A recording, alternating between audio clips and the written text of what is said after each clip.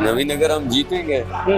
जाहिर है नुकसान उनका होगा जो हारेंगे। चेतन जी घर छोड़कर प्रदेश क्यों आए लड़ने के लिए? हम जीडीए गठबंधन हमें लगता है कि 20 से ऊपर सीटें इस बार जीत रही हैं। दलित समाज है, खासकर मुस्लिम समाज है, पिछड़े हैं, उन लोगों में से कई लोगों ने संपर्क किया हमारे जिला कमेटी को।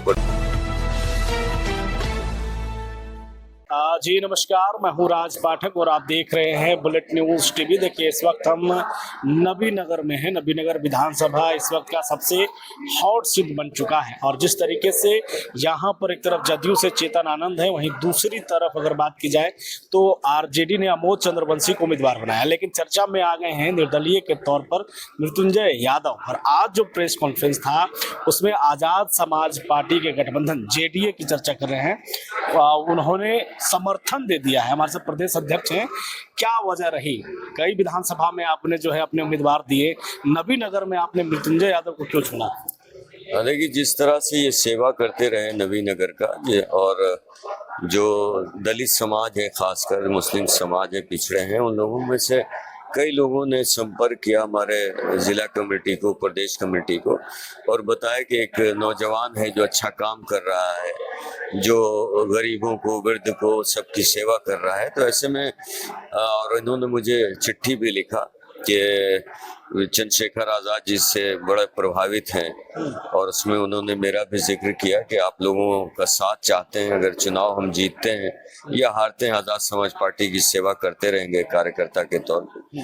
तो अच्छा लगा ऐसे में। और हम तो भाई राष्ट्रीय अध्यक्ष जी तो युवाओं को राजनीति में बढ़ाते हैं। आप देखेंगे हमारे जितने भी नेता हैं वो लगभग 30-35 साल से ज़्यादा की उम्र के नहीं होते। तो नौजवान हैं और मेहनत कर रहे हैं। अच्छा लगा, इसलिए हमने इनको समर्थन दिया, साथ दिया है कि आगे बढ़ें और सेवा करें नवीनगर का। तो ये असदुद्दीन ओवैसी भी आपके साथ में हैं, चंद्रशेखर जी हैं ही, खुद आपकी पार्टी है, आएंगे नबीनगर में समर्थन में? यहाँ पर दिखेंगे? पूरी उम्मीद है।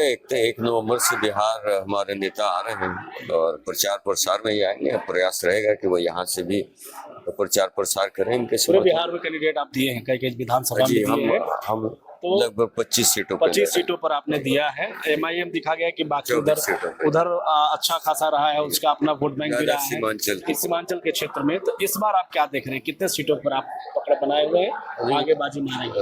हम जीडीए गठबंधन हमें लगता है कि 20 से ऊपर सीटें इस बार जीत रही हैं। मृत्युंजय जी तो कहते हैं कि लालू जी मेरे लिए भगवान हैं। फिर एमवाई समीकरण की चर्चा होती है आरजेडी की तरफ से, आप आ जाएंगे, कहेगा लोग वोट कटवा लोग एक साथ जुट के समर्थन दे रहे हैं, कैसे उन लोगों को जवाब देना चाहिए? नहीं, वोट कटवा तो तब होना जब किसी के वोट को नुकसान करने आए। आप बताओ कि जिस यादव जी को साथ में जोड़ ले रहे हैं, नुकसान नहीं हो जाएगा नबीनगर में? ये बताइए, नुकसान कैसे होगा? नबीनगर हम जीतेंगे।